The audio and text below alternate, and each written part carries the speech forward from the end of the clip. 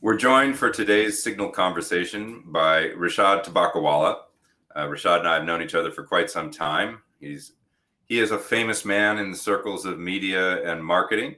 Rishad, thank you so much for coming on and having this Signal conversation with us. Thank you for inviting me. So Rishad, let's get into your book, Restoring the Soul of Business. What advice would you give, the first piece of advice that you would give to a manager about how to lead through these uncertain times? The underlying fact in my book was that while these things are important and data will continue to be very important, we have to remember that it's people, and people are analog, carbon-based feeling things. They're not silicon, digital data processing things. And to be very successful, what I figured out was smart companies obviously pay attention to data, they pay attention to technology, and they pay attention to what I call the spreadsheet of the business, which is the P&L, the math, the numerics. But the only way they become successful is to actually focus on how are their people doing?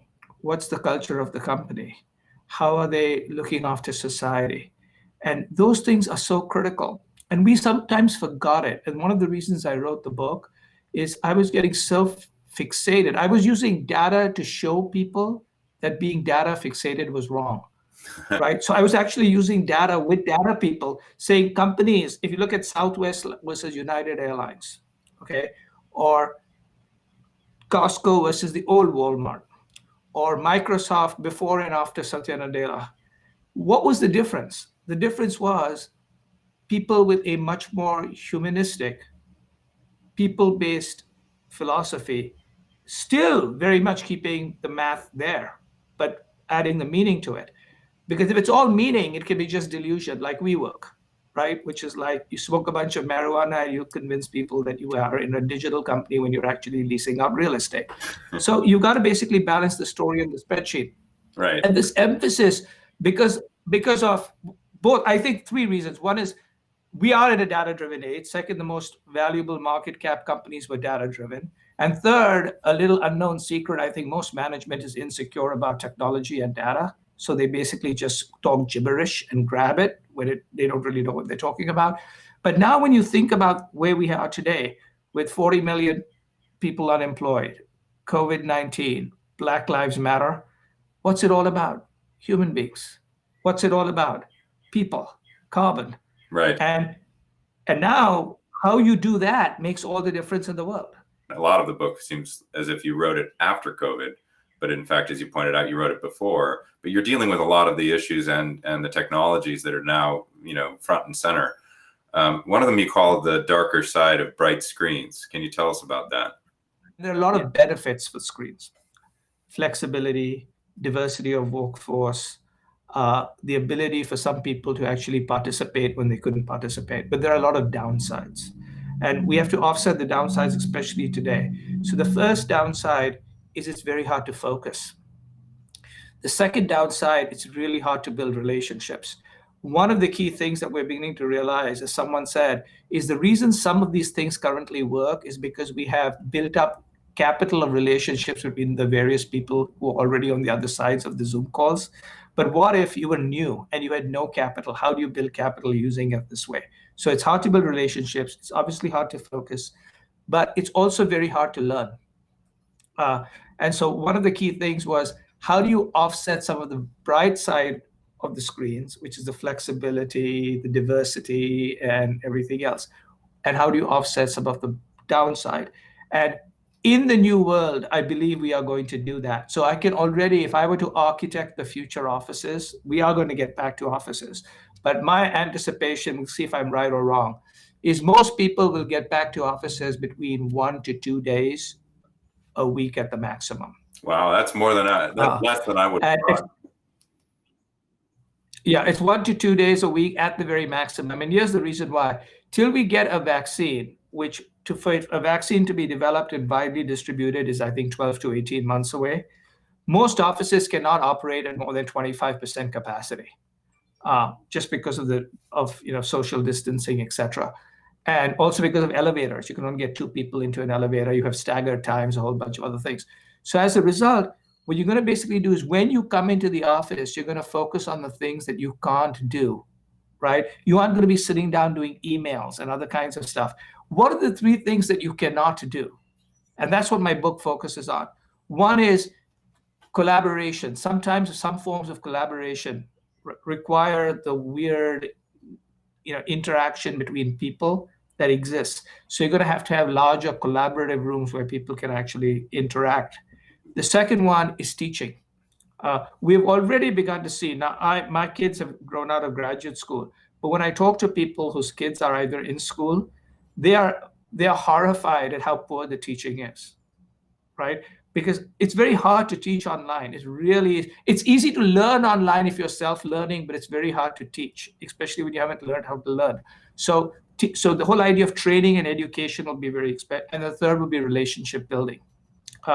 It's very, very hard to build long-term relationships just, sort of online.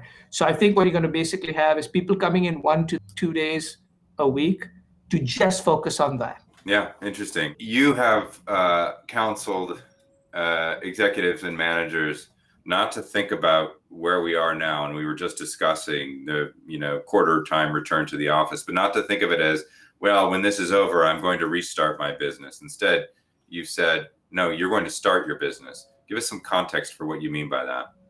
What you begin to have is new competitors and new customer behaviors. And if you look at 2008, 2009, which is when the Great Recession happened, it's also when we had mobile and social in a big way because of Apple and Facebook and Twitter, et cetera. And what happened is coming out of 2008, 2009, people like GM and Ford thought that they were restarting their business. But they didn't realize that because of new behaviors and new technologies, you began to have things like Uber and Tesla being born. Or Sheraton and Hilton didn't realize that Airbnb was being born. Or P&G with Gillette and Shake didn't see Dollar Shave Club and Harry's being born. And so I truly believe that we are starting businesses, and anybody going back to work or already wherever they are in distributed workplaces, the advice I give people, and literally these are Fortune 500 companies are doing this. Their whole stuff is, this is so simple, but it makes sense.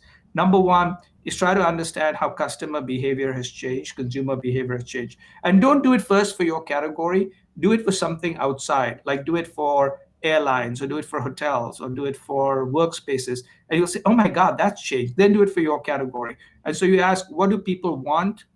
What do people will not want? How will your consumer change? Second is do a shock, what I call a shock resilience mountain cesspool analysis.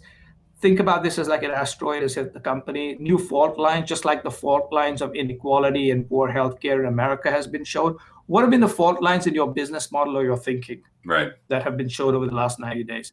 On the other hand, in cases like P&G, the companies come through this very well. So what resilience? So let's look at the resilience. What are new opportunities? So, Lysol partnered with Hilton, Clorox partnered with Cleveland Clinic and United Airlines to create new services around security and safety or health and safety.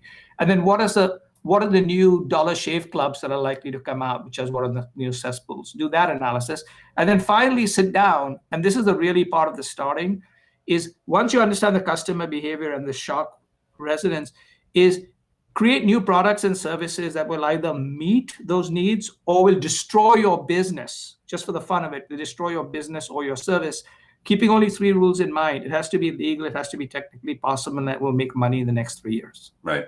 Yeah. Very good exercise to do. Finally, Rishad, I want to ask you, one of the sort of sub-themes for Signal has to do with the future of media and communication, specifically marketing, media, communications. How do you see that sector changing because of the past few months?